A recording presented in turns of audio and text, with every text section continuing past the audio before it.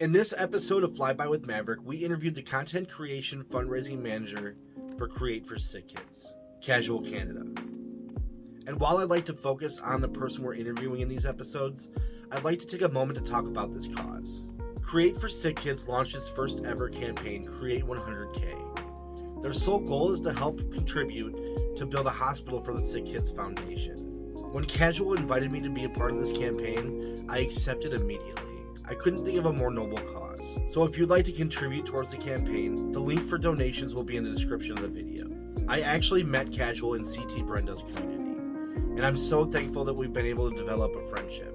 He's proven to be an exceptional individual and an amazing friend. In this episode, you're going to learn all about Casual Canada's journey in content creation and what led him to work for the Sick Kids Foundation. I'd like to personally note how inspiring it is for someone to set aside their personal goals and contribute to work towards such a noble cause in the Sick Kids Foundation. As you guys know, Flyby with Maverick is all about putting a spotlight on people who deserve it.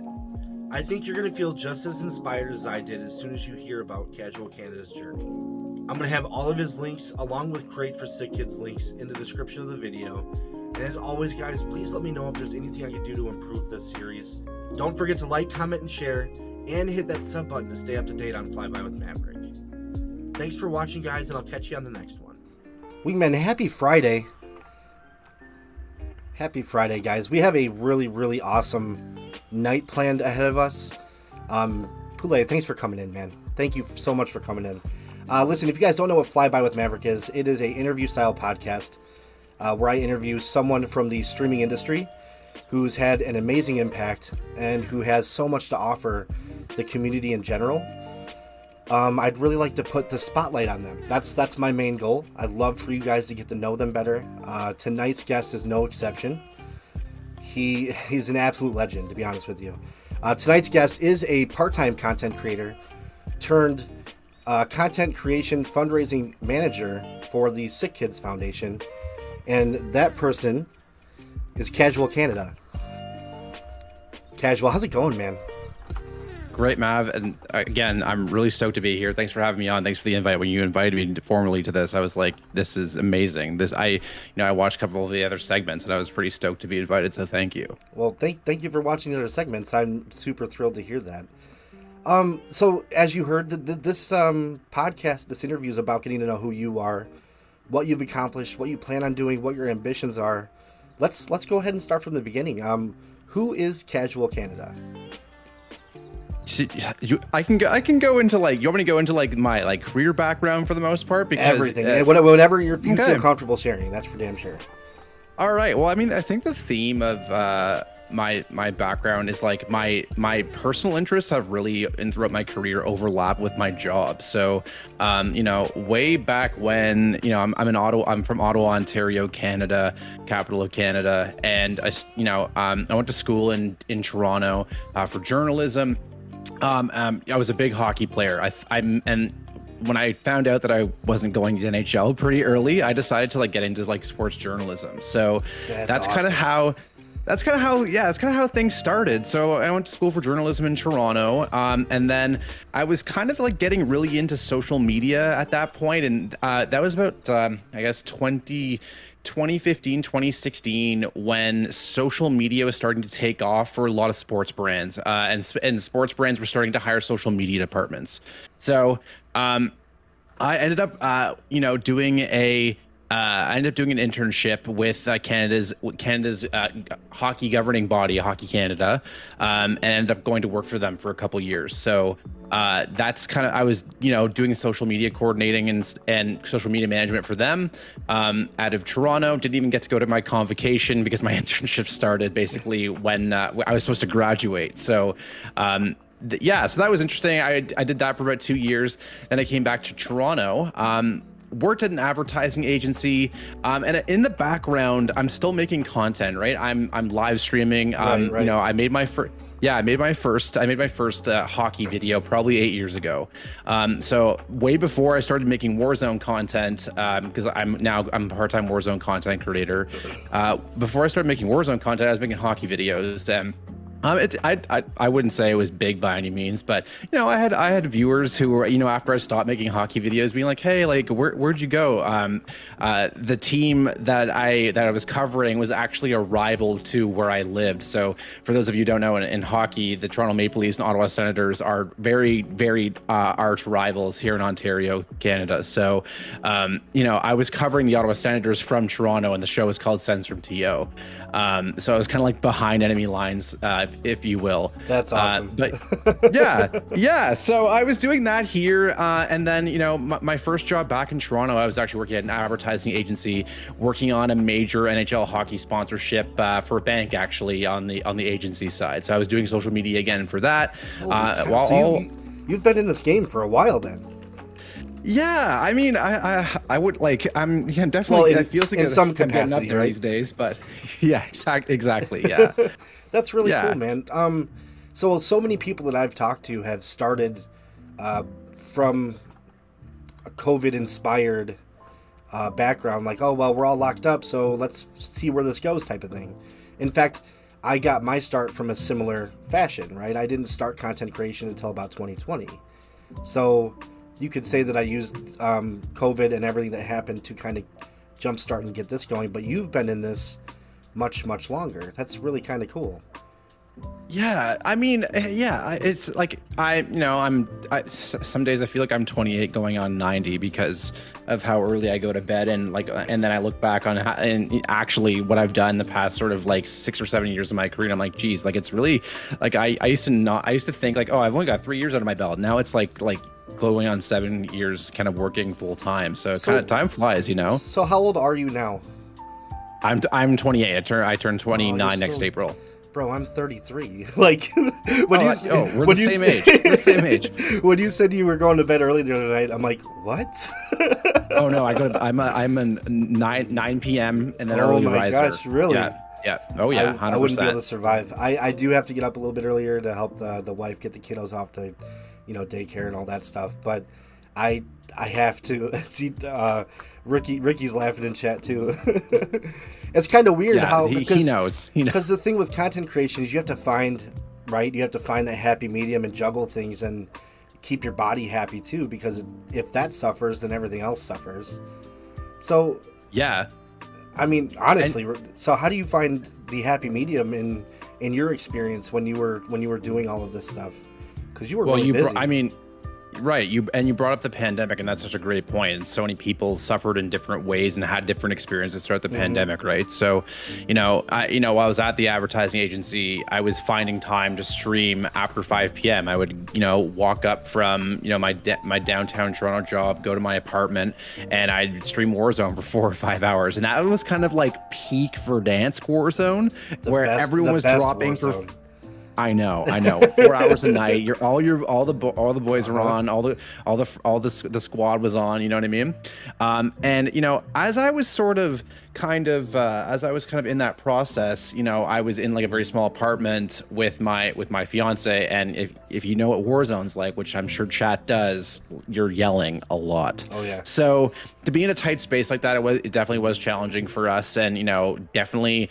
We ended up moving out of the city to get a little bit more space. But we made it work. I have a very supportive fiance, and she loves Ricky, kind of what this is, loves supporting me, and kind of finds it super fascinating about what all this is developed into, which I can get to. So, as I'm working at the advertising agency on this major hockey sponsorship and social media, I start picking up on. I'm watching different content creators. I'm watching guys like Tim the Tap Man as an example, and I stumbled upon his video, a video of his where he raised $104,000 for St. Jude in, I think it was 2018, something like that, in 4 hours playing Fortnite. And this was like this, this like, so I was like, wow, like light bulb moment, right? Right. So content creators are literally changing the world for charities, and some of them the most strong, powerful charitable fundraisers in the world. And I saw that and I was like, wow. So, I was in that job for a little while longer. And then, being on the marketing sponsorship side, I wanted a broader view of marketing than just social media. and that's when I found out about an opportunity at Sick Kids. So Sick Kids is where I work now. I've been there for 3 years, and then when I started at Sick Kids, when I started at Sick Kids, I was working on events marketing. So I was anywhere from purchasing Facebook ads to sell events, all the way to the event collateral and the signage and all those visuals. So I was doing that for a few years. And, as that was happening, I'm, continuing to stream and continuing to grow my Warzone community kind of on the side. And, it kept coming up there was all these content creators fundraising for charity and literally doing transformational fundraising, not just $100, $200, $300, Right. $400 here and there, but game changing as communities. They were coming together and transforming these charities. So I basically, I started to be a champion for it internally. And I said, hey, look, let's be the digital innovators we are and go at this with full gusto. So it started off with me working, trying to get all the buy-in required to make this happen, and Right. at the same time do my marketing job, and eventually that led to me taking on the role of content creator fundraising manager at Sick Kids, and allowed us to launch Creat for Sick Kids. That's incredible. So when you launched something like this, was that straight from your head idea, or did you have to talk a bunch of people into this? I mean, we're talking about a foundation, right? It's a pretty large foundation. I think it's pretty large in comparison to some others, but how does that work from a standpoint, from your point of view, trying to get something like this in motion? What goes into that decision making? No, great question. To your point, Sick Kids is Canada's largest children's hospital charity. It's also one of the hospital that we fundraise for at Sick Kids Foundation is one of the best children's hospitals in the world. So there's a lot of stakeholders, a lot of decision makers, and it was about working together, day in, day out, and just trying to show them, trying to demonstrate and show them the strategy about, hey, look what's happening in this market. Look how powerful content creators are. They're doing so much social good. Well, it was just about kind of being that kind of annoying person, that annoying nerdy guy in people's ears, being like, hey, but look, content creator fundraising, look what we can do, every day. I mean, honestly, you talk to them, and Arctic Aries, what's up, man? Thank you so much for the follow too. Ricky Stu, you as well. I don't mean to interrupt you, Casual. Guys, tonight is about Casual and Sick Kids. If you want to at any time, ! Sick Kids and ! Casual will bring up all of the information that you guys need to know to help support the cause and our amazing guest here. So at any point in time, if you want to, go ahead and type that in chat. To get back on topic here, I feel the term influencer is thrown around quite often, unfortunately, right? But when used correctly, the term influencer is very, very powerful, right? You touched on Tim the Tatman, how much he was able to do in one stream. I mean, can you imagine if we got to that point with Sick Kids, the differences that we could make? I got to commend you, dude, honestly, for everything that you've put together so far and starting this and getting it down the road. It takes gumption, honestly, and not a lot of people have it. So seriously, props to you, because that's amazing. That's very flattering, Mav. Thank you. That's really cool, though. I mean, you're taking something and kickstarting it for such a huge cause, an amazing cause. It takes a lot of courage to get that going, and I got to commend you for it, because it's hard to do. It really is to stand up for what you believe in and then influence or inspire someone else to share that same opinion. That's hard. That's awesome, though. Thank you. And I mean, if you I appreciate that. It's, again, super flattering. So 100% thank you. And if you go and look at any Sick Kids videos or Sick Kids brand videos on YouTube, I encourage you to go check those out. after you watch this, whether or not it's live or on the podcast after the fact. But this is in our DNA. Content creator fundraising is in our DNA, and Absolutely. you can see that creativity happening in some of our brand commercials. So it was kind of just about bringing that to life and making that connection and helping people see that connection. And listen, when I go to work every day, I am surrounded by some brilliant, hardworking people. So they saw the strategy and they were like, yeah, let's do this together, and let's find a way to make this happen. So that's cool. Enter Create for Sick Kids and enter the Create 100K, which Mav, I got to thank you for joining the campaign in year one. It's the Create 100K, by the way, Mav touched on it. It is a challenge where content creators are coming together to fundraise for the most urgent needs at Sick Kids Foundation. And we're trying to smash a 100K fundraising goal. So that's what we're up to. Anyone out there in chat or on the podcast, go blow up Mav's donation link, donate to him, help him fundraise for sick kids. It's super meaningful what you're doing, Mav. I just want to thank you again for that. Hey, that's what I'm hearing. I tend to stand up for what I believe in, and I truly believe in this. Now, for all of you watching, those links that I just dropped in chat isn't just a donation link, right? So I don't want to say this is Mav's donation link. This is on behalf of me and our community that we've built together. And the thing about fundraising, and Casual said this too, you're surrounded by brilliant people. And the thing about fundraising that people don't realize is that's something that's a key benefit to any content creator that does fundraising, is you're surrounding yourself with like-minded individuals, and together it's so crazy what we're capable of, right? It's amazing. Oh. It's unbelievable, and we're the energy that your community has put in to our launch and the launch of the Create 100K. Like we've been in existence for 2 weeks now, and already the energy is so powerful. So it's about building up that little snowball and turning it into a mountain, and this community can turn it into a mountain pretty quick. That's amazing. It really is. Let's touch on Sick Kids Foundation, right? So I myself am a little ignorant to it, just because I haven't been able to learn as much as I want to, but the eagerness to learn about it helps people, helps bring awareness to what we're trying to do here. So Sick Kids covers a multitude of issues, right? It's a very broad spectrum of what we're trying to accomplish here. Can you touch on that for a little bit?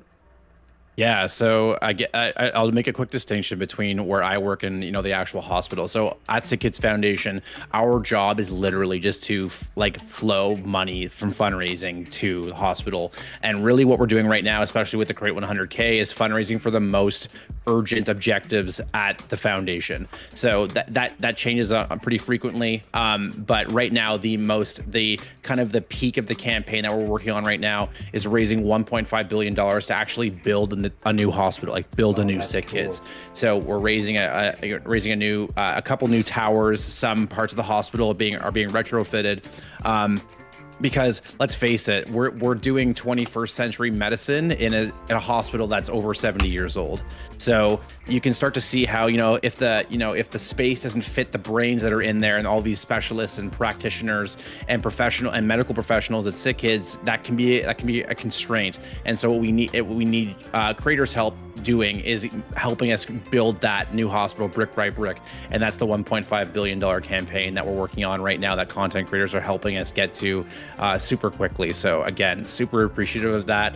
But yeah, no, Sick Kids specializes in a lot of things that are we have one of the world's leading cancer centers in the world that's kind of shrinking the time between diagnosis and treatment.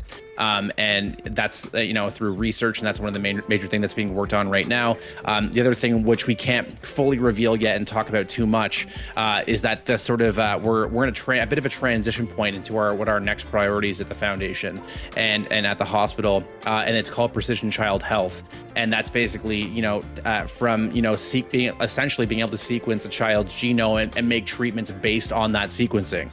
So. Wow.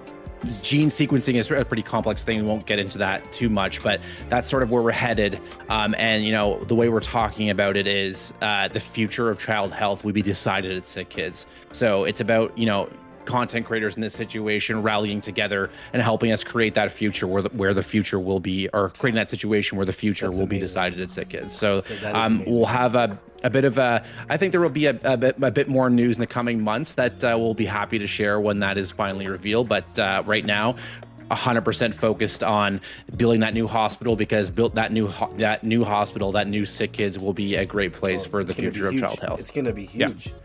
That's awesome, man. So when does Create 100K end per se? Do you guys have transition points where, okay, we're gonna put a hard stop on this and then take a break per se and then proceed, or how do you guys plan on going about that? If fundraising is like your full-time job, right?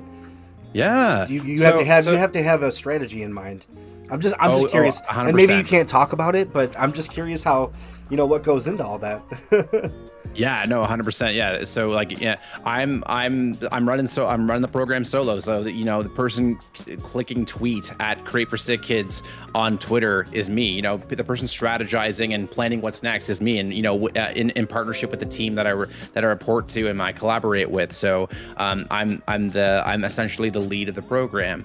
To answer your question specifically about the Create 100K, it started in the middle of August. It's a 1-month challenge to, hit that $100,000 fundraising goal, and it ends September 17th. So after that September 17th date, we'll transition into some always-on fundraising to finish off the year, and then can't quite tell you what's going on in 2023 yet, but we're going to the whole plan is to hype this up, blow it up, and really kind of expand what we're doing. I just can't talk about those plans quite yet with you. Well, that being said, Wingman, if you guys want to stay in touch with Sick Kids on Twitter, that is their link. You can go drop them a follow, and I guarantee you guys, they're going to blow up. It's going to happen. They're accomplishing way too many amazing things. If you wanted to also create a campaign to fundraise yourself, you can do so at that link too. We'd love to have you a part of the cause. We're trying to accomplish some pretty cool things. You do have a sponsored stream in November, right? Can we talk about that? Of course, yeah, no. So I've had to take a bit of a hiatus from my own streaming. So Warzone streamer, I'm on TikTok. I'm making Warzone content part time when I can, and I'll be returning in November. But my return in November will be basically just like I'll be fundraising for Sick Kids via Create for Sick Kids. So I will confirm the date on socials very shortly, but basically we'll be live streaming 24 hours for Sick Kids, 2 days, a Saturday, Sunday, 12 hours each, and currently, yeah, it's a long one, but splitting it between 2 days is actually a good strat. Like it ends up working out well. Honestly, you better, otherwise you're gonna miss your bedtime there. Yeah, 9 to 9, Mav. You know it. 9 to 9. That's when we start, and that's when we wrap. Yeah. So 12 hours each day, and this will be our 4th year fundraising for Sick Kids as the casual Canada community. The casuals will be right in there with us, because the casuals have already raised $7,700 for Sick Kids, and this year's campaign goal, actually this is exclusive, don't even knows this yet, so you're hearing it first, exclusive on Flyby with Mav, that the campaign goal for the casuals this year for Sick Kids will be to surpass $10,000 all time in fundraising. So that's awesome. We'll have a bit of a more formal announcement on that later, maybe in October. But for now, it's kind of full speed ahead on the Create 100K and making sure that content creators feel supported while they fundraise for us. So because we're super grateful for their passion, and especially Mav, like you've been all over this since we started this. So I can't thank you enough. Well, it's not a problem at all. And I do want to touch on something that's very important in my opinion. Right, while fundraising is our main goal, we want to raise the funds for Sick Kids. I wanted to say something that rings true in my opinion, and I think more people need to realize, okay? Yes, fundraising is our main goal, but if you cannot donate, it is totally understandable. And what helps, if as much, if not more, is blowing us up on socials and raising awareness that way. I've always said from the beginning, even in my personal streams, not related to Flyby with Maverick, for viewers, subs, bits, anything, impressions on social media go so much farther than one initial view on a stream. And I feel the same way about donations. If you can't donate, there's no hard feelings. We don't expect you guys to. We would love it, but if you helped push us where we want to go on socials, that's super huge as well. So if you guys can't donate, please feel free to drop a follow for Sick Kids on Twitter, and soon Facebook. Maybe we've talked a little bit about. I know you're only one person, so could or could not be in a future phase. Cannot confirm at the moment. So there's a lot happening behind the scenes, guys. Any help to help push that on socials is greatly appreciated. Yeah. I myself set our goal for 500 Canadian dollars.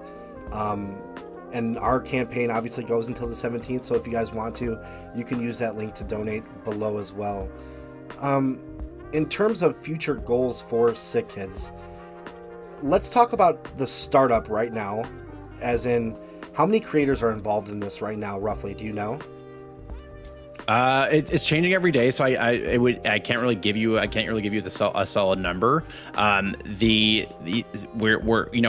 out doing outreach every single day. Last I checked, I think we had about 14 campaigns. Again, it's changing, cool, and as people sign up and do more and more. But like I've been saying this to my teams internally as we've been having conversations, and also saying with the creators who are participating, like we literally, as a content creator program, did not exist 2 weeks ago, and to have this much, like we're almost at 100 followers on Twitter. The support has been unreal. It's amazing. It's been crazy. Like the community blew this up overnight, basically, and to have people like fundraising and jumping on board right away is just like I'm super grateful for that. So as we head into the September 17th, the campaigns are just going to become more and more in number, and like we would love to get this thing to a point where creating 100K is a breeze for the community, and there's so many people who are invested in it, and it just like you know what I mean. That's eventually the goal. We won't stop until we get there. That'd be great. That'd be amazing. So, Create 100K, is that going to be like an annual thing eventually, I assume, or is it going to adapt as much as the program adapts? It's so new and it's so fluid, Matt, that it's definitely subject to change at this point. We love the concept of the Create 100K. Can't make a commitment at this point for sure or not. My intention, and as the program leader, would be to continue it, because it's like I'm just looking around and being like, how could we not? You know what I mean? Like, this is incredible so far. So right. The cool thing about the program is that it's fully digital, and we can adjust and change stuff on the fly when we need to. And I think like this year, I'm blown away by the amount of support we're getting so far, and it's only continuing to grow. So my mind at this point, how can we not? Yeah, I honestly have to tip the cap, because when we're talking in terms of content creation or fundraising in general, you're looking at this from a couple different point of views, right? So when we're talking in terms of content creation and growth, and then you're kind of shifting gears into fundraising and growth for the foundation, is it hard to keep that in mind, like content creators would, in terms of growth, or like tame expectations per se? Because that could be a huge problem, but distraction any way you slice it, right? You get what I'm saying? No, that's a great question. Our priority for this year, when you're working for a children's hospital charity where funds are needed to achieve great things like breakthrough research, building a new physical hospital, all those things take money. So for a not-for-profit, money is always, like, fundraising always becomes a priority. Donations are always top priority. But the second highest priority, and competing with those for us this year as a goal, is genuinely making relationships with the community and kicking off that kind of community growth. And that's a big priority for me as we launched on Twitter, and as we, spoiler alert, look to launch our first ever Discord server in a month or so from now. Another Mav exclusive, by the way. We're getting treated nicely tonight, wingmen. Yeah. But yeah, so our priority is community growth. And one of the things that I wanted to kind of touch on in terms of community growth is that currently this program doesn't buy any ads to reach people. Our reach is purely by literally me reaching out to you personally and being like, hey, you want to participate in the first ever Create 100K, where content creators are coming together Absolutely. to fundraise $100,000 to smash a $100,000 fundraising goal. That's so it's through actually direct outreach. That's a pretty positive way to do it, though, in my opinion, right? So you're a fundraising foundation. You can't spend money like that, in my opinion. Now, if you obviously have a background in marketing, well, Correct. I feel that I'm business savvy and how things are operated and stuff. So I look at it in the aspect more of business like I can't spend money as a content creator right now to boost my things on social media, right? No. Correct.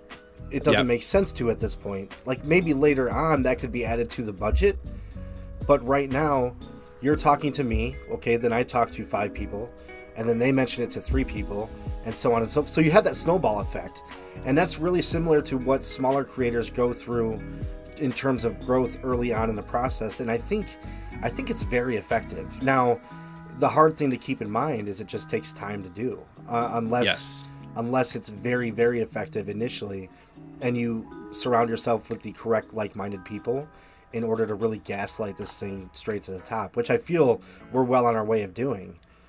But that strategy is absolutely phenomenal. So I want to give props for that as well. Truly.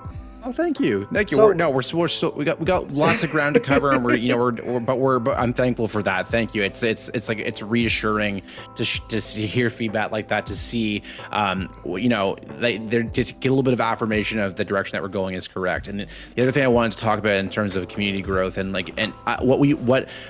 what our priority is to let you know that there's a person behind the social media button. You know what I mean? Like, there's a human being. Like, in the next couple of weeks and to the next couple of months, we're going to try our best to personalize those communications a bit more, and maybe introduce me as the social media manager, get and talk about what my interests are as a content creator and stuff like that. Just to create relationships where people know there's a human being who is relatable, basically, Right. to the day-to-day of what a content creator experiences. So you can make connections that way, and that's really cool. Now, the interesting thing about transitioning from being a creator yourself to managing the content creators of this fundraising program, is there's often a negative point of view when it comes to that. And I don't know if you've heard of this. I personally don't think that you exemplify this, so seriously, don't even think that.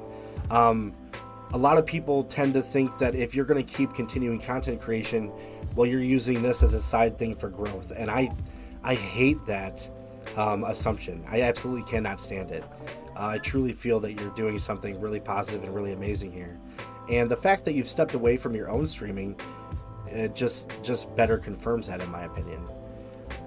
Yeah, I mean, it's definitely like I mentioned earlier on in the show. It's interesting when your interests overlap with your professional sort of endeavors, right?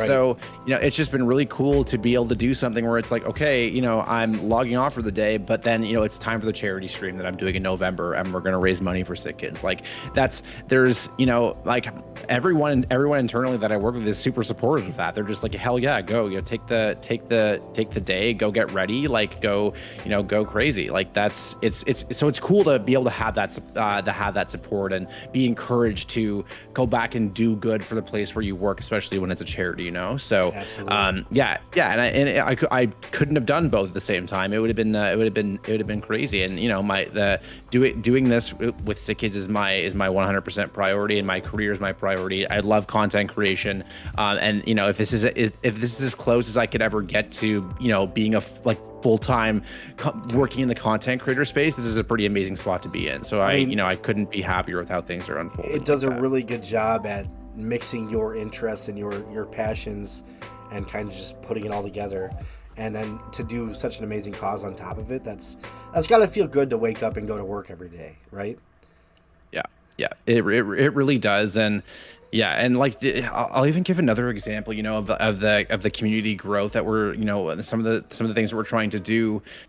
One thing when we kind of looked out into the space about, of content creator fundraising, one thing we really wanted to do was make sure that the community, that we were giving opportunities back out to the community, to grow their own content and content experience and, you know, businesses long after the fundraising is done.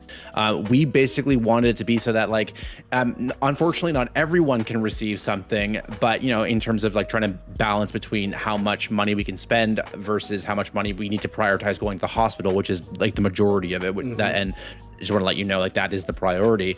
But what we want to do is we needed you all to feel like there was something coming back, and that something that you could take from this experience and go make it part of your business as content creators.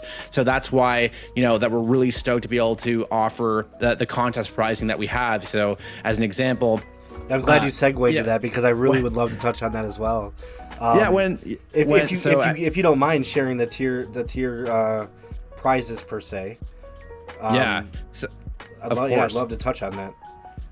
So you know, we're like, I'll talk about, I guess we can talk about all of them. There's only 6. So the top prize, one thing that, you know, we thought would be like, would actually, it could, like, honestly, we felt, or I felt at least as a content creator myself, that this could change a content creator's like life. It could change the trajectory of their career, and that is the number 1 prize at the $1,500 entry for fundraising for sick kids. You could win a content creator's live stream design package from the award-winning agency Paper Crowns. Paper Crowns is the agency that designed the Creat for Sick Kids brand, all of the toolkit stuff that you can use for your stream, like the overlays and the alerts and the stinger transitions. Paper Crowns did all of that, and we said, why should, like, if a content creator is going to come in and raise that much money for sick kids, they should have a chance at, you know, having that, you know, game-changing experience and being able to redesign their own streaming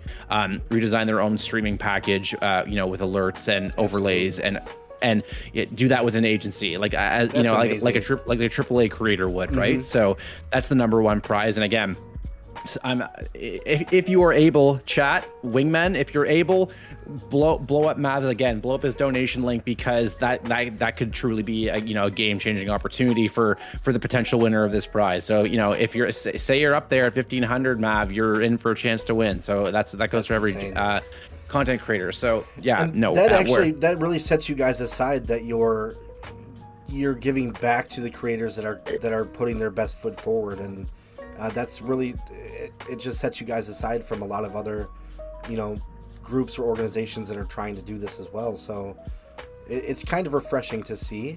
Not that that's the reason I'm doing this, because of course I believe the cause. I think it's amazing that I live outside of Chicago, yet I'm going to help make a difference in a different country, and that's phenomenal. That makes me feel really good, and that's kind of the goal I had in mind, to be able to have an impact on someone else's life in a positive way, thousands of miles away from me. Like, that's really cool, you know? Yeah, no, that's, I'm feeling that same energy and that connection as well. So, yeah, like this, and then look, the second prize is a PC. You raise $1,000 Canadian. You're in for a chance to win a content creator PC with a 3080 5900X. Looks amazing. But yeah, by Quota Tech, they're a local PC builder. They're great. And yeah, so, and then we have a couple other prizes that we just announced today that we kind of wrapped it up with. We have a couple Elgato face cams. We have a couple Stream Decks. We have a couple key lights, which is currently shining light on me right now. And then we also have 10 voice mod pro codes, so you could sound like Morgan Freeman if you wanted, if you are indeed the winner. So, well, the thing about that is it brings entertainment to a whole nother level, and that you had mentioned how this can really boost someone's streaming career in terms of production value, and that's huge. It makes a huge difference for all of us involved, and I want to say good luck to everyone involved, because to win any of those prizes would be amazing for anyone, really. And that's the thing I love so much about this community, is that, like, no one, like, there's no sense that you're competing with your peers, right? There's a lot of industries where it's like the person beside you is like out to beat you. And this community, you know, even though they're all making the same genre of content, they're so supportive of each other. And absolutely. I think that's what's so cool. That's what's so cool about being in this space on a day-to-day basis. Anyway, that's kind of like that's an aside. But yeah, to kind of wrap up the prizing conversation, one of the things that we are trying to do as part of relationship creation is also to like say, hey, look, like we want your feedback on all of this. So if you look at our prizing setup and the fact that it's a contest and you're like, hey, I kind of don't like this. Like, is there another way to do this? Like, let's brainstorm. That's a conversation we automatically want to have with the community. And then when we have that conversation, you better believe that if enough people are agreeing that we're doing that different thing the next year, like we want to listen, we want to take feedback. And because I'm sitting at the table with my content creator hat, and I'm just like, what is good for our community as part of this, while also making sure that fundraising is still the priority, but what is good for this community, and let's make sure we're listening and then also taking action on those words of feedback. So that's another way that we're trying to kind of work together and make this as good as it could be. Absolutely, good point. And I want to touch back on you said that we're not in competition with each other. It feels absolutely amazing, right? And I've been involved with other events that have felt like competition because people that were involved. But this community that we're building is truly special, and to be a part of that, well, it would be really cool for anyone, honestly. And to know that we can take this and move it forward to the next level, and then to the next level, it's just phenomenal what we're going to be capable of. And that's what's cool, is it seems like we all realize that too. Yeah, and I mean, like even if you look at like the Creat 100K or Creat for Sick as it is right now, and the people who are getting involved today on the ground floor, it could be pretty cool, like in 6 or 7, maybe 10 years from now, to look back and be like, remember when we did like we were doing the Creat 100K, and then suddenly it's the Creat 1 million. You know what I mean? Then looking back at that. Listen, I'm trying to dream here. Like the community is powerful enough to do this. We can do this. It'll take time, of course. We need to create relationships in the right way and develop this the right way. But like, just think about in your mind what that could be like, looking back and seeing the potential, and like looking back and like just considering the potential between point A and point B. It's pretty incredible and pretty inspiring, and kind of keeps me. It's one of the driving forces for me every day. So we have to think about it. Just super meaningful for everyone who is like getting involved day one. Like they could have that opportunity to look back and be like, I was the literal roots of this. That's phenomenal. And if you think of it this way, for something that's based in Toronto or Canada, you're already international. So truly, the sky's the limit. We can take this pretty much anywhere we want, if you think about it. Yeah. And that's the cool thing about content creation, really. Yeah. One of the things we're making available, to your point, one of the things we're making available in our creator toolkit, which is downloadable on our website, at a link we can provide later if the community is interested, is a cause guide, and it talks about like how is Sick Kids, what are examples of how Sick Kids has led on an international scale, not just sort of locally and Canadian, even though like we are we have specialties locally and in Canada and North America, but what are those international impacts that we're having, and we have some proof points of as examples of those in that document too. So we're trying to enable content creators by saying, hey, look, like here are the things that you can like brag about when you're talking about your association with Sick Kids, and like what the good that Sick Kids is doing on a global scale, and in terms of supporting fundraising. So that's another thing that we have available as well. That's amazing. Victoria, how are you? Thank you so much for stopping in. Guys, tonight we are interviewing Casual Canada. He is the content creator fundraising manager for Sick Kids Foundation. And if you guys have any questions for him, please feel free to drop a line in chat. We'd love to get those answered. In a little bit, we are going to be playing some Warzone. Casual's going to put me in his backpack, and hopefully we'll get some dubs in here. Reverse that, and then you're right. If you guys want to, check out the links listed below. That is to donate and to check out Sick Kids on Twitter, and to check out the official campaign if you want to create your own campaign to help with the cause as well.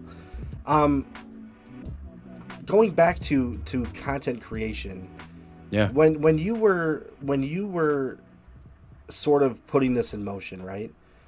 Was it difficult to? I know you said that it kind of mixes your favorite things together, but was it difficult to step away from a passion that you had in order to do another one? do you miss creating content for games that you played while you streamed and stuff like that, or is it not really affected as much because you're kind of supplementing it per se? So I think a kind of like more, I guess I can call it a conventional career, like, you know, like having a formal job, I think is more so my calling, I would say. I just love, like, content creation is a creative outlet for me, and that I feel like if to sort of answer the beginning of the question, I feel like if I ever went full time on that, it would become unbearable. One, because it's a little volatile, right? When you're kind of going volatile. From say you're quitting your full-time job and you're heading into being full-time content creation, like that is a bumpy, high risk sort of transition that's happening there. Absolutely. And I think that I would stop enjoying content creation if I had made that decision. And I don't want to lose that creative outlet that I have. And, you know, coming from, you know, making 720p YouTube Ottawa Senators videos in my, you know, my college dorm, to all the way to now, you know, being able to work with content creators, fundraise for sick kids. I think like that it's like, I don't know. Yeah. I don't think that I would ever want to, I don't think it would ever be, I think I would lose the sauce for content creation if I was trying to go full time. So in terms of making a decision to pause my personal content creation to focus on this sort of content creation endeavor, I think it was easy, and for the reason I just described, and because, like, as the social media manager on the program, I get to design, I'll do all the PSDs and work in Photoshop and work in Adobe and work in Premiere and work in After Effects. You get to use all the tools that you've worked on before and enjoyed using, and put it, you know, you still get to use it on a daily basis. Yeah, and there's some creativity happening there, right? So it was an easy decision for, you know, the first reason I described, and then that there's still a creative outlet happening, and it's still kind of like, you know, my career stays to be my passion, and then I can have content creation on the side to, one, spend my time with an awesome community that, you know, you and I are a part of, and like actually like socialize with people that you've never met. To your point earlier about sort of connecting with people who live really far away, and then getting to play a game that you love, and also being able to share those moments with you know, with the community as well in terms of making the content. So I feel good about sort of like the mix between sort of the career overlap and, you know, what ends up being part-time. I feel like you actually get to take all of the positive and good things of content creation and remove all of the negative, toxic things about content creation. That's what it seems like to me. And honestly, I'm envious because content creation can be very, very toxic. You've seen recently some of the images that I posted on Twitter, how mean people can be. Comments. Yes. It's ridiculous. People are ruthless on social media platforms, and I feel being involved with something like Sick Kids, it's almost impossible to be toxic towards someone like that, right? Right. Why would you? And if you are, you're truly a horrible person. You know what I mean? Yeah, you'll have different people being like, "Oh man, the YouTube comments are like, you thought TikTok was bad. Look at the YouTube. Look at the Facebook." You know what I mean?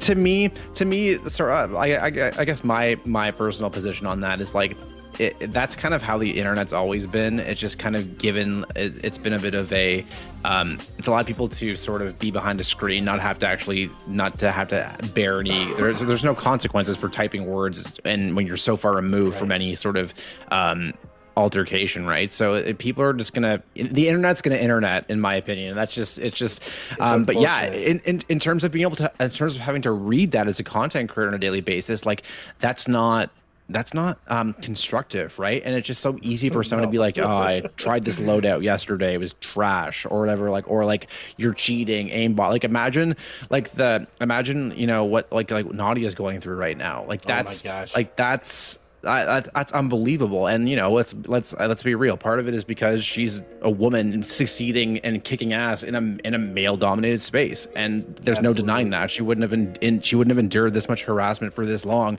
had that not been the case. And she called it out herself in a video that she made, which I'm super stoked that she did that. There's young women and girls in her chat being like, "One day I just want to be like you, Nadia. I want to be just like just like you. And as someone who wants to be a father of girls one day, I was like, that is really freaking cool. And I can really tell want you, to amplify and support that. Absolutely. As a father of girls, I love seeing it. I have 3 daughters, and that's what scares me about this space, right? I don't shelter them by any means, okay? And to be realistic, their ages are 10, 3, and almost 1. So realistically, my 10-year-old is more aware of what's going on than the other 2. But it's super important for me to show them that, A, why I'm doing this. It's never too late to chase your dreams, right? And B, exactly, yes. Females can be successful in anything they do. You could be, anyone can be successful in anything you do as long as you put your mind to it.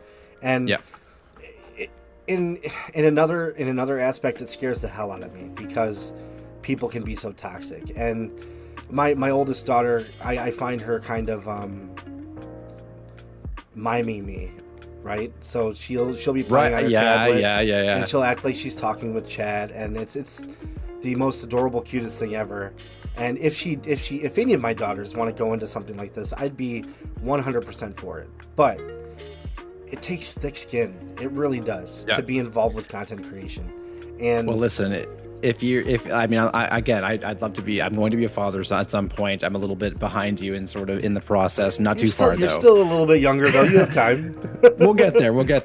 But yeah, I'd love to have children. I'd personally love to have a daughter or two, and depending whatever the biology dice throw at us. But yeah, so like I don't know if this is a good parenting thing to say, but if you're living in people's heads rent free, then you must be doing something right. So. That rings very true in a lot of different scenarios. That's for damn sure. Yeah. So if you're doing good stuff and you're doing good and it's doing things that you love, and as the old kind of early 2000s saying goes, let the haters hate. And honestly, Nadia is a household name in the content creation space right now with everything going on. So. Clearly, she's doing something right if she's getting this much attention, in my opinion. And my mom says it is hard as a parent to see peeps go after your kids, even your grown kids. She's referring to me this last week having all of that toxicity happen. I posted a video, I think last Sunday, on YouTube Shorts, and it blew up over 40,000 views overnight, which I say blow up. That blows up for me. I've not ever had that much views on YouTube Shorts. Ever. It had 300 comments. That's huge. Thank you. I don't know if it was for the right reason though. That's what I'm worried about. It had 300 comments, and all of them were negative about my appearance. It's like, oh my gosh, man! Like, oh god, internet gonna internet, man. I just wipe that clean. Just wipe that straight off. You don't need to spend any time dealing with any of that. I'd like to segue and get if you can give one piece of advice for any content creator, in any space, whether it's about the toxicity or anything. What would that advice be for someone just starting out? I would go into content creation knowing what you want to get out of it and knowing what your expectations are from the get-go. If your aim, that's so hard though. Of course it is, but that's the most important thing to your longevity in the space, right? Mm-hmm. So if you're content creating and you want to go full time, but like you're not necessarily wanting to put in the full-time hours or grind outside of your 9-to-5 job to keep everything else afloat, then you're misaligned a little bit there, right? Like it's like you want to if you were, the alignment would be like just like pushing through. Alternatively, if you want to do it part-time, it's kind of also, it can be discouraging too, because if you're in a part-time situation and you're seeing all your peers around you kind of pushing for full-time and like a little ounce of you wants that's kind of hard too. So it's really about just like being even with your kind of expectations and your end goal, because ultimately that will bring you the most longevity, the most like mental stability when you're doing it, because there are highs and there are lows, but it's about kind of making sure that you have those south and north stars that are guiding you constantly. And again, setting expectations with yourself in terms of being a content creator would be my main piece of advice going into it if you're brand new. That's amazing. And honestly, I can certainly say the reason I'm doing this now is 100% different than when I started. So that's why I say that it's difficult to set expectations for yourself, because I feel that in order to be successful with content creation, you need to adapt over time to adjust for, I'm going to say, changing trends, for lack of a better description, because the space changes every day, right? I mean, Of course. and you have to change with it if you want to be successful in any capacity. You can't just... Absolutely. So, like, for example, 7 years ago, streaming on Twitch per se was completely different, right? So the discoverability was completely different. Most of the time, if you just tweeted that you were going live and you went live, you would end up with quite a few people watching you because it wasn't saturated, and not a lot of people were doing it. So it was much easier per se to get something going in that effect. But nowadays, in a truly saturated market, you need to do something that sets yourself aside from everyone else. Yeah. You know what I mean? That's my take on it. But it's ever changing, and that's what I want to touch base on, because a lot of people don't realize it, and that can be transferred into what you're trying to do as well, right? So fundraising in a different way than what's typically done. And I feel that if you shed the right light on that, people are going to take notice. And that's why I think Sick Kids is going to blow up like it is, because it is different.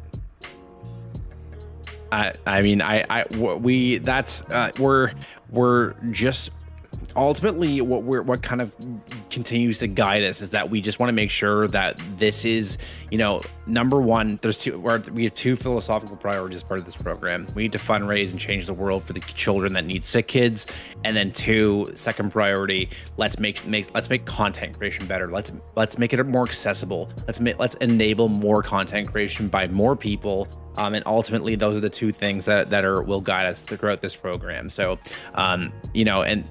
whenever we lose sight of either one of those, because we need both. When we lose sight of those, it will be a situation where we need to get back on track and ask ourselves where we lost and where we lost that. Yeah, and part of that would be taking feedback and continuing to listen and just be genuine participants in the community, and being a content creator. That's what I would expect of me if I was kind of looking from sort of like outside of Sick Kids. If I was looking in, I would want that from me as a content creator, and that's what my expectations would be. So it's about sort of maintaining that lane and making sure that we are adherent to that. Another cool thing about it is, and I touch base on this with a lot of my guests, because there seems to be a negative stigma with content creation amongst our normal society, right? Oh, you just play video games on camera and people watch you. Like, how is that being successful? But doing things like Create 100K, you kind of shed light on the positive things of content creation, how you can have a positive impact on anyone's life, whether it's for the Sick Kid Foundation, or guess what? Somebody was not feeling very well about themselves, and they came and visited me in stream yesterday, and because I took the time to talk them off a metaphorical cliff, well, they're feeling much better the next day. So it's so much more than just playing a video game, in my opinion, and I think bringing attention to that is huge, and that's what you guys are doing as well. That's certainly part of it. And I mean, as a personal sort of anecdote, I mean, it's not really an anecdote, but it's more of like the one thing that I will always look at is like the biggest lie I was ever told as a kid was that playing video games is antisocial. That's like the biggest lie I was ever told as a kid. Look what you and I are doing right now. Look what you do when you drop in, into a game of BR or Warzone. You're talking to your squad. The reason why the game is fun, obviously, because Call of Duty's got a good mix, and it's Call of Duty. It's Call of Duty, right? But what the fabric of the game is who is kind of tack sprinting next to you. Mm-hmm. So that lie of, or that myth of like playing games is antisocial. Sorry, it's just like if you actually look at the landscape, that's just not how it plays out. It's bullshit. Pardon my language. But as also a future father and a father myself, there's so many other benefits to playing video games. Not even talking about content creation, right? So I had a conversation with my wife early on, and she was never against video games per se. She didn't understand the reason why I loved playing video games, and she never played it herself. So there's a misunderstanding widely amongst many people that there are benefits to playing video games aside from a social aspect that I think are really important too. I mean, just motor skills and hand-eye coordination and logic reasoning in a video game. It doesn't even have to be Call of Duty. It could be an RPG where you're working your way through a map and troubleshooting skills, and you know what I'm talking about. There's so many things that are involved with that kind of stuff that I think are super beneficial from any early age, honestly. Look at what literal teenagers are doing with like full Minecraft worlds. Yes. Like if I'm like it would be cool if my kid was interested in architecture. Like, you're playing Minecraft. Like there's no shot you're not playing Minecraft. Like that's it. Like the things that, I mean, obviously like physics works a little bit differently than stacking 3-dimensional objects that are square or cubes, I guess. But like, you know what I mean? Like the premise is there of like exercising that curiosity of a child who eventually will end up becoming a productive member of society. Like, Minecraft is incredible. That's huge. Like that's wild. You know what I mean? That's so good for, like, again, problem solving, like doing puzzles and, being creating things that in 3D space, with the mouse and keyboard or a controller. Like that's to me, that's a productive way to spend your time as a kid by, doing that, building things and using your imagination in combination with structures to make something come to life. I think that's truly amazing. Absolutely. And I'm super thrilled that me and my wife got on the same page early on and decided that yes, this is definitely going to be okay. And honestly, she's so super supportive of what I do now. She's one of my biggest supporters, and having that in behind me makes a world of difference. I mean, to have anyone, my whole community, my mom, and that's my mom. I don't know if you knew that. To have any of them behind me like they are is so huge. And then to touch on the Minecraft thing, right? Look at where the world is going in terms of technology. So to have that much more exposure to technology from an early age is such a huge benefit for children as well. Like, I'm super stoked about that.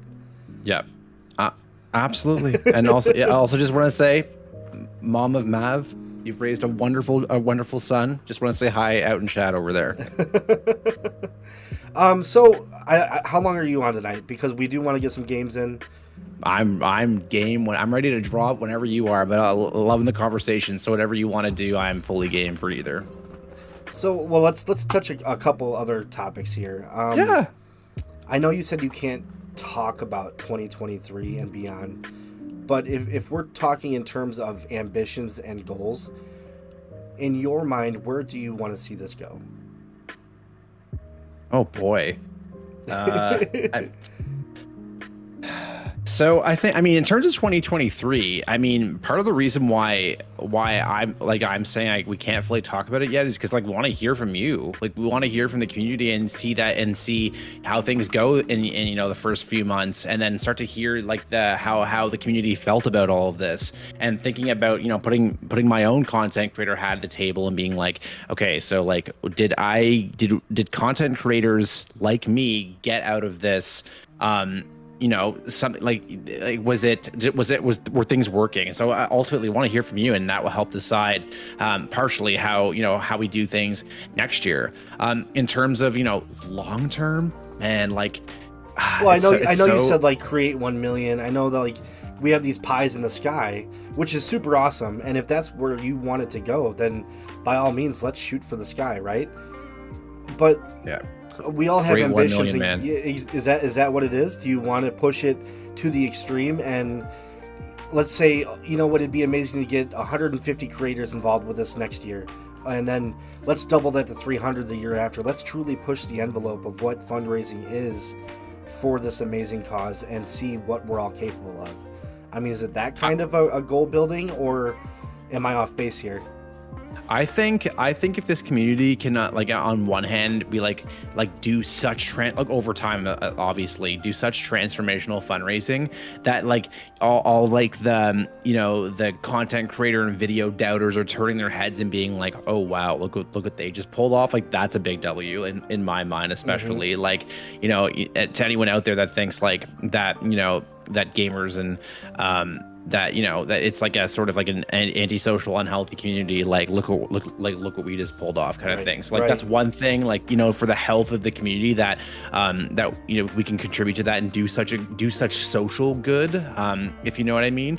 And then again, like you said, like create a million, man, like that, like to every year just like create more and more amazing outcomes for fundraising for the kids that need sick kids, and the breakthrough research, and as we move into precision child health, like that just continuing to like put this lightning in a bottle and just like shake it up and continue to blow it up. I think that's pie in the sky. That's all I could ask for. You know what I mean? Like it and then maybe at one point being able to look at something and be like, oh damn, like Nadia in 3 or 4 years from now, when she's literally the like leader of the entire Warzone Call of Duty space, wow, Nadia is an annual fundraiser for us. Like words can't even begin to describe how cool that would be to have gotten to this point. But like creators of all sizes and all genres, like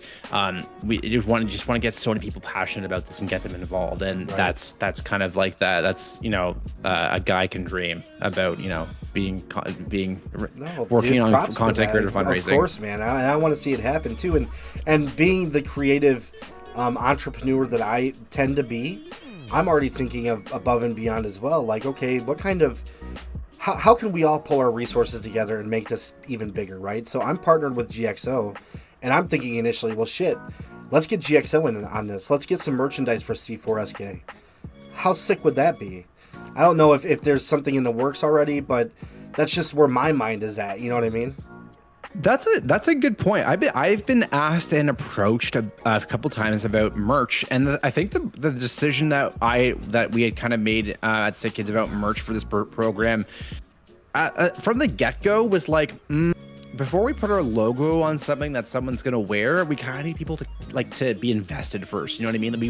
We want people, like, we want to be in a position where people say, "Oh, I want that on a T-shirt." Absolutely. You know what I mean? Like, I want that on a T-shirt, rather than saying, "Here's some merch you didn't ask for." And again, I feel super passionate about Sick Kids, and I think we're like that brand and that sort of organization is valuable. But at the same time, it's like I want people to desire that and want that, because that means that thing is going, that shirt's going to be worn and worn a lot and repped with pride. Like I want that. I want the community to say like, hey, look, I want this on a T-shirt. So we have it, like we're still thinking about that. Again, want to hear from the community out there. Like, would you like C4SK merch? Would that be cool? Like, yes. You know what I mean? So it's definitely open to ideas and what you guys have in mind. Definitely yes. So like, I don't know, from my point of view, right? It goes by that form of marketing strategy that you started off earlier in the night. Word of mouth. You tell me, I tell someone else. Well, what's stopping you from wearing your merchandise shirt at a store? And then, well, someone comes up and says, that's a really cool shirt. What is that? Oh, this is Create for Sick Kids. It's a foundation that we do some fundraising for, and this is what we're, trying to do. And then all of a sudden, it catches the attention in 100% different way. That's more what I was thinking. You know what I mean? Yes, you're right. It could definitely cause, there could definitely be some recognition as part of that. One of the things that we're looking at is, like, obviously we have a community that's in very different places when it comes to in-person sort of events and meetings and all that in terms of comfort level. But one thing we're looking at is, like, how do we put go out into the world on this, right? And that, you know, one of the things that we're looking at next year is like going to TwitchCon as an example, maybe potentially even having a booth there in San Diego or wherever the host city is in the States. Flyby with Maverick exclusive, spoiler alert. yeah, like it's all open at this point, and kind of what we're looking to do. But like, yeah, there's a whole bunch of things around that. So again, if the community out there wants to see merch, you know, like DM us at me, like say like, yay, look, I would love to see this screenshot. I want to see this logo on merch, or you know what I mean, like. Get creative with it, like put like a Twitch chat remake and like have it be at some point where some people were spamming like ghosts, you know what I mean? Like just like you want it to feel like you know, when someone puts on that shirt, they were a part of something that was bigger than them. And I think that's capturing that lightning in a bottle and throwing it on something that sort of just like you're able to rep. So again, all that is open, and then it will kind of surface largely from the community's feedback. Well, I have to say that you're well on your way to accomplishing that already. I 100% have drinking the Kool-Aid per se. I'm so, I mean, again, but like, here's the thing, like I 100% appreciate that, but if the Kool-Aid ever starts to taste a little too sour, we want to hear that as well. Oh no, we'll be real about it. We'll be real about it for sure. Good, please. But I'm ready. So far to see what this community is doing and just coming together is so huge. And we've talked about it a couple times, and I just got to feel good to see how the Kickstart has, you know, affected you early on, and it's got to be pretty inspiring to see what we're going to be capable of in the future. Is all, you know what I mean? Yep. All that, like, again, I have to thank personally all the day ones, man. The day ones are like, again, looking back 7 years from now, the day ones are going to be like, wow, I literally stood when beside that tree that massively just stands there right now. I was there beside that sapling when we planted it in the ground. That to me, like being able to think about that is like, let's make that happen. Let's bring that to life. And I appreciate your support being there alongside us as we commence this sort of journey. 100%. That's what me and the Wingmen are for. That's what has really kind of pushed us in the direction that we've gone. And what we hope to accomplish as well, to build a very strong community behind both me and everyone that I've come in contact with, right? That's one of my main goals with content creation. I do want to touch base on one other topic before we get off the interview portion, and that is the following that you've made as a personal content creator, right? And I feel that this is really important, so I'm trying to find a good way to word it. Does it feel like you've left them behind per se? When you mean know, like I've had to put content creation on pause? Yeah. Now I know that the term abandon is very heavy. Like I don't want to go that far, right? But so your followed you for a reason, and obviously building a community behind us on Twitch or social media platforms is about building and liking each other for who we are, not necessarily what games we play. Especially this early on, right? Does it feel like you've gotten any feedback like that from your community in terms of abandonment, for lack of a better description, to do what you're trying to do now? Dude, I miss the casuals, and like I've let them know. I've kind of DM'd a few of them and said, hey, look, like here's the plan. Like I know I'm not streaming or creating content right now, but I miss being in chat. I miss I miss our interactions, and I'll play with viewers every now and then when I get a chance to. So we'll drop Warzone here and there, but I think the casuals, based on what I've heard anyway, they're all supportive of this and like are stoked to be in that charity stream where we try to go for 10K all time in November, and they're kind of like all in. And to be honest, like a lot of the casuals are a small and mighty group of a whole bunch of people of different walks of life and diversity, and it's such a little fun community that we've built, similar, you know, to the what you described in terms of the Wingmen, how awesome that is.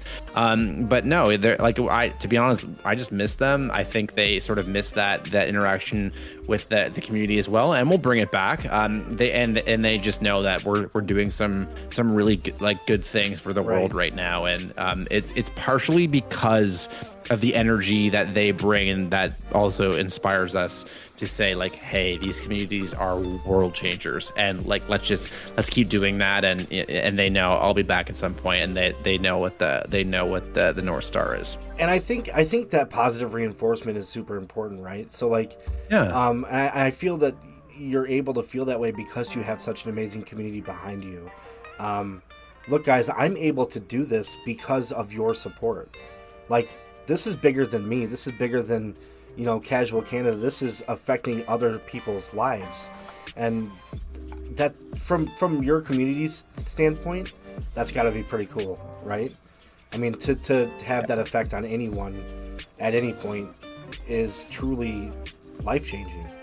And I'm not just saying that. Like, we're literally changing lives. Yeah.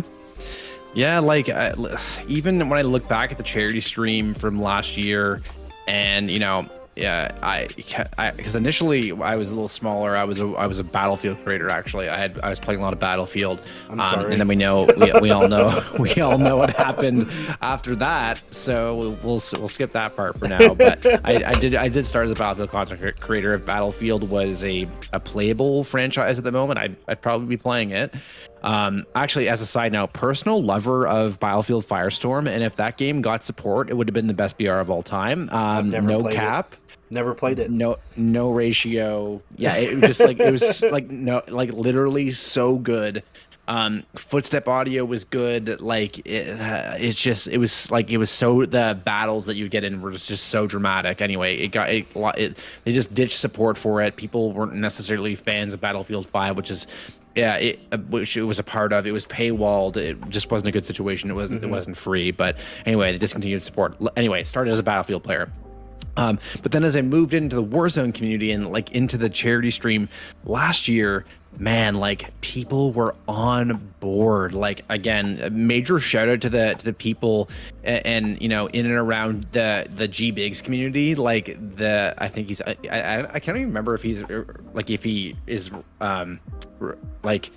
so specifically calling them, referring to his community as the G's. I guess that's unofficial, but anyway, the G-based community, like he just spread that I was doing a charity stream far and wide to his community, and we ended up raising a crazy amount of money last year. My brain's a little bit fried right now because of the time, but we did it just they just were immediately supportive and like, yo, we need to support this content creator charity stream, and they immediately started sharing it with like other communities. Like I don't know if you know who like Gorgo Knight is, but like he was like community was coming into my chat being like, yo, this is so cool, keep it up, or whatever, and they rallied, and I was like, this is something that we need to capture at Sick Kids, and here we go, and here we continue.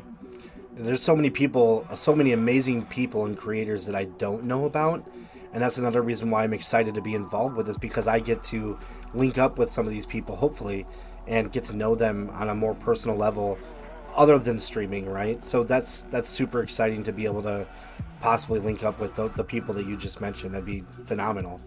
I hope you're not getting tired. You have to wake up soon because I'm serious, you gotta carry me to some dubs. But you gotta carry. One more question, and I just want to get this as a Warzone creator.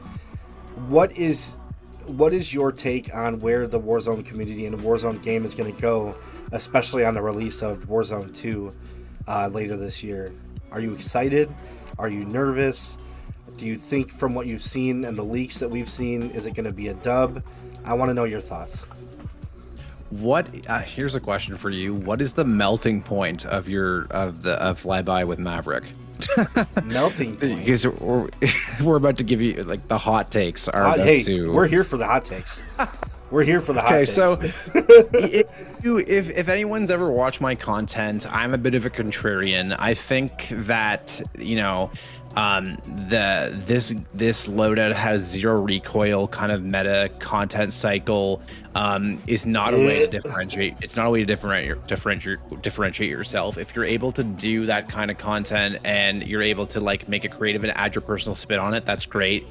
There is some utility involved in like helping someone find their way through the gunsmith. I hate those videos. I do. I hate that content. I'm sorry. But like, so here's the other thing. You know, if a 5KD player is jumping around, like kind of doing amazing strafing moves and slide canceling to perfection, and then shows you a loadout list, they didn't help you. They're not that loadout list is not the reason why they just dropped an entire 4-man squad. It's because of their gun skill. It's because of their ability to position themselves. It's their ability to use movement to their advantage, use footsteps to their advantage, communicate with their teammates. What I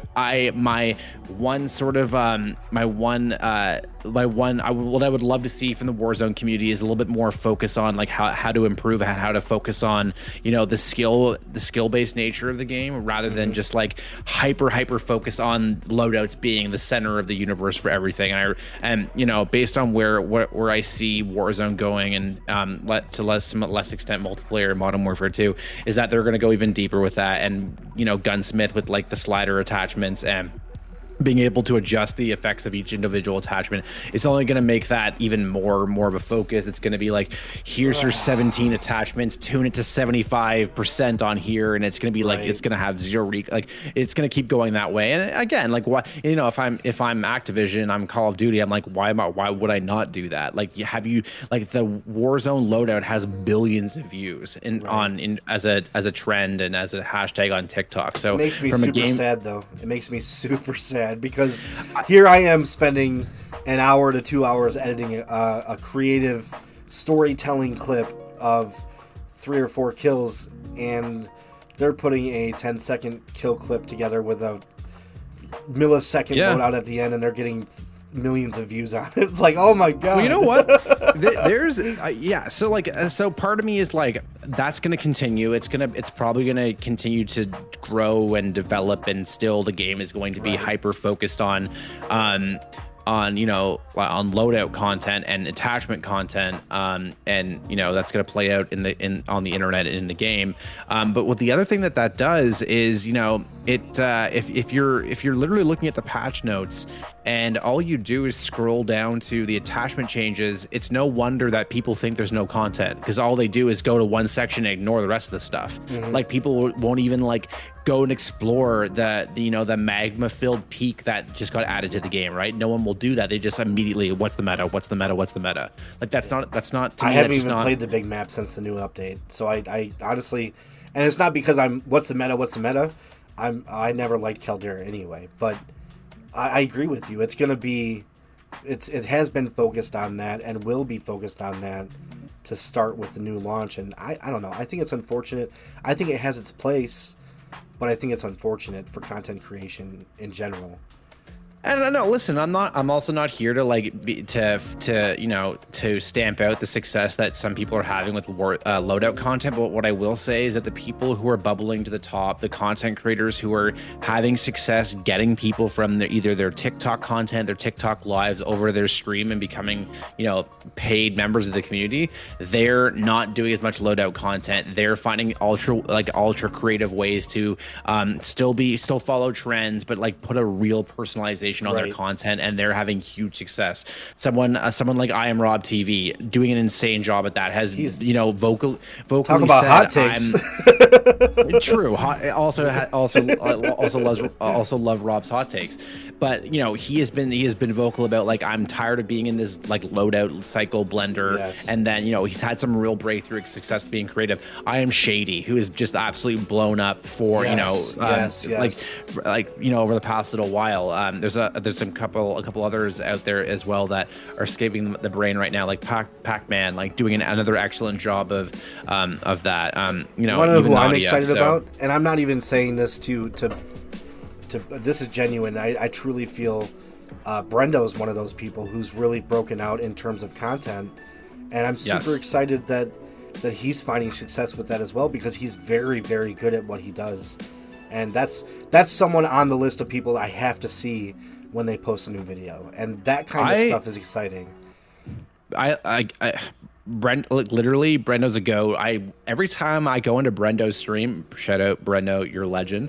100%. Every time I go into Brendo's stream, I was like, this man spent a lot of time and thought and strategy with his stream layout and how, and then even when you go and look at how he approaches content, like, unbelievable. Again, someone to watch for sure. You're absolutely right. So that kind of content, I hope continues to push the envelope, because there's so many people, and that's what I do with Flyby with Maverick, right? People deserve that spotlight, and that's why Brendo was certainly a guest of mine, because I think he's pushing the envelope of what it means to be a content creator for the Warzone space, and I hope that we can help push the creation boundaries to that direction, per se.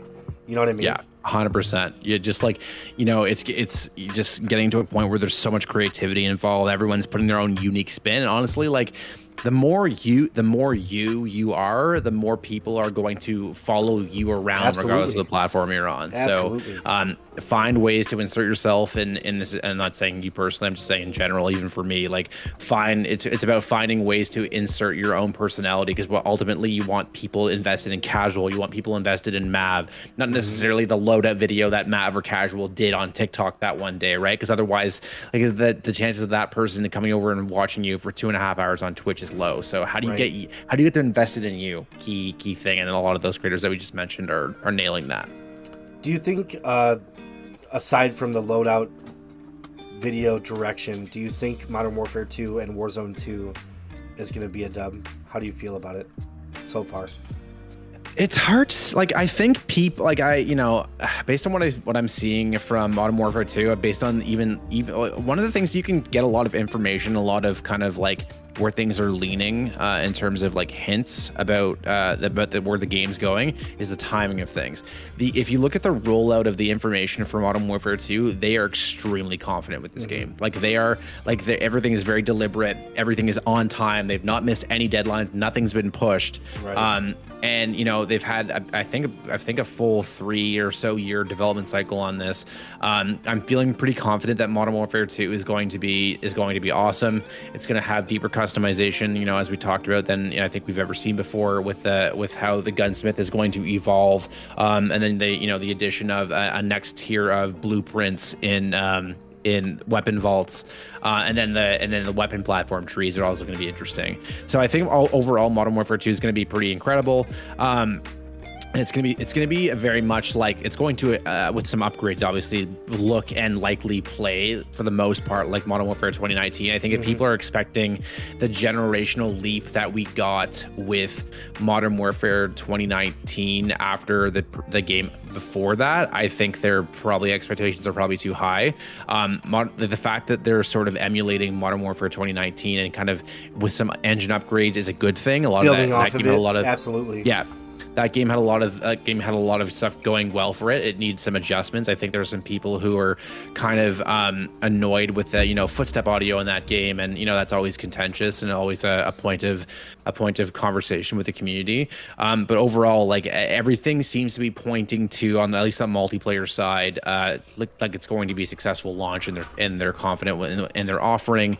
The Warzone side, again, we don't know a thing about that, right? I think the main thing that I'm liking from the get-go is how they're building this. It seems like separate apps from the ground up somehow. I don't know if Modern Warfare 2 is going to be tethered to Warzone again. That causes a lot of issues with system and game memory, right? You can't have as many rich map details. I think they're going to take what they've done in the past and expand on it and learn from it. So, like, every time we have an update, it's a 90 gigabyte update, and it's ridiculous. Yes. I think that's going to be different. I hope it's going to be different. I still think update sizes are going to be massive. You think so? I think what they're going to be able to put more into the game, though, because of that memory issue that they've been stressing in terms of what limitations they have. There was an interesting situation that I can't remember. I think it was Prestige's Key who brought it up. But when they did a particular update in Blackout, the game system memory was so full that one of the updates launched without Windows. like there just weren't any windows in the game. It was just like open kind of like sills in the walls. They literally just said I don't windows remember are the that. deal I don't breaker for remember memory. that. Yeah, I think it was either Prestige or Exclusive Ace who pointed it out. I couldn't remember, but Wow. so I think not if they are able to not tether multiplayer to Warzone in terms of like the app development, I think that could add to that. I think the biggest question mark for me is around this DMZ mode, which was like my position based on the I saw your information that's take out on there. that on Twitter. I saw it. Is and I that- agree. I do. I think DMZ's been blown a little bit out of proportion, and like I think the expectations are a little bit too high for it. Partially because of that initial expectation that it was this brand new looter shooter, and it could still have elements of that. But to be honest with you, I think that DMZ is literally just Plunder 2.0. I don't think it's going to be anything more special than that. I think it's going to be Plunder with like more maybe like mission, like ABC More sort of objectives within a mission, and have AI. I don't like no different, like not too different than Plunder is right now. And I think that's kind of where the Tarkov community, really not the Tarkov community in general, but like the Tarkov community that came from Warzone. I think their expectations are pretty high on that DMZ mode. Again, I hope I'm wrong. I hope it's everything that they want it to be. I agree. Because if they nail this DMZ game mode, I think that alone can set Call of Duty way above so many other games, just because of the popularity of a game like Escape from Tarkov. Yeah, You know what I mean? I hope if it's a looter shooter, that's sick. Like, think about how much depth that adds to the battle royale experience. Absolutely. I'm there for that if that's how it is. If it ends up being Plunder 2.0 with some more missions, I'm not going to be too hurt on that. And then, you know, the small details that we have on Warzone.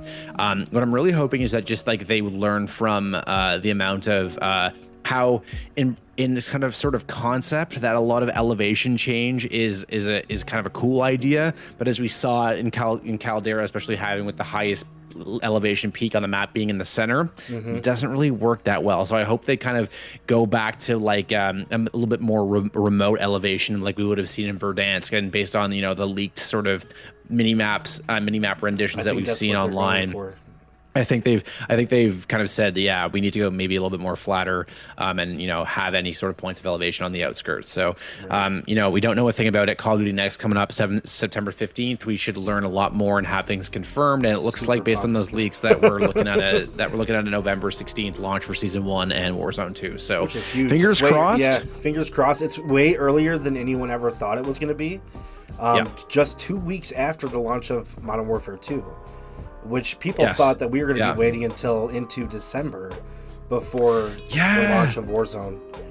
And multiplayer players like Prestige is key, or is basically just saying like, yo, like I don't want Modern Warfare 2 just to be another like weapon grinding XP simulator. Right. Like, you know what I mean? Just like to like exploit the game just so they can get the weapon. And that partially that plays in a little bit into that loadout culture where, you know, you need to be like you had to have your ear on the ground on like what the weapon nerfs are. And again, like there's been awesome content creators that have come out and who focus on that stuff. Like, again, True Game Data, awesome content creator, adding a lot of value. J God, same thing, adding a ton of value. But you know, like that, it's just I kind of feel what Prestige is saying as someone who grew up with like COD 4, Modern Warfare 2, Black Ops 1 and 2, where like all we would do is spend all of our time playing multiplayer and grinding and prestiging. I don't want like that's been that. As in terms of multiplayer has been lost from Modern Warfare 2019 all the way to sort of Vanguard, with, you know, that feeling like the only reason why you want to play multiplayer is so that you can get that next weapon rank, so that you can go basically just use the crap out of it. And to add to that, I think they only Warzone. made it viable, the multiplayer, by throwing in nostalgic maps and playing off of nostalgia to get the popularity factor up a little bit higher. I truly hope that Modern Warfare 2 changes in that aspect, because I think that they're doing a good job too, especially on a competitive level, especially with Roster Mania this year. People are getting more excited and asking, okay, Warzone people versus multiplayer people, and now all of a sudden people are getting more interested in the Call of Duty League as far as can they do this? Can they go up against multiplayer players and be successful? You know what I mean? So I think they're using that, and it's obviously a separate outlet, but I think that's going to be visible going forward, and I'm really excited to see what happens with that as well. 100%. And the last thing I'll touch on in terms of the one thing that I want to see from BR is Warzone/BR exclusive camo grinds. Yes. I just think about how many times I'm dropping, how many downs I'm getting, how many kills I'm getting over a period of time. Like I want to be rewarded for that. So I hope there's some kind of Absolutely. exclusive or challenge that is built for BR. I think I'm a grinder. I got Atomic and Vanguard.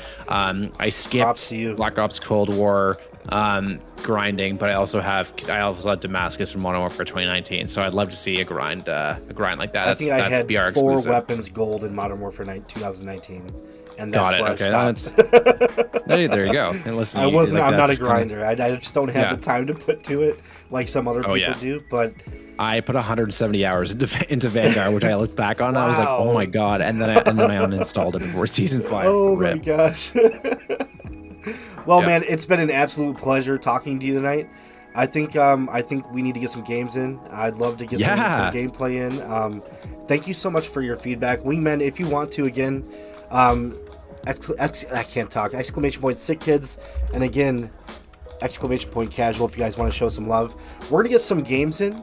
Casual's going to, I don't care what he says, he's going to put me in his backpack, and we're going to get some dubs here. So, guys, hang tight. We're going to switch over, and we'll catch you in some Warzone, okay? Casual, thank you so much, bro. Mav, thanks for having me on today. I hope everyone found this chat enlightening or entertaining or educational in some way. Mav, as always, love being on today. And again, thank you for the invite. Absolutely, man. Anytime.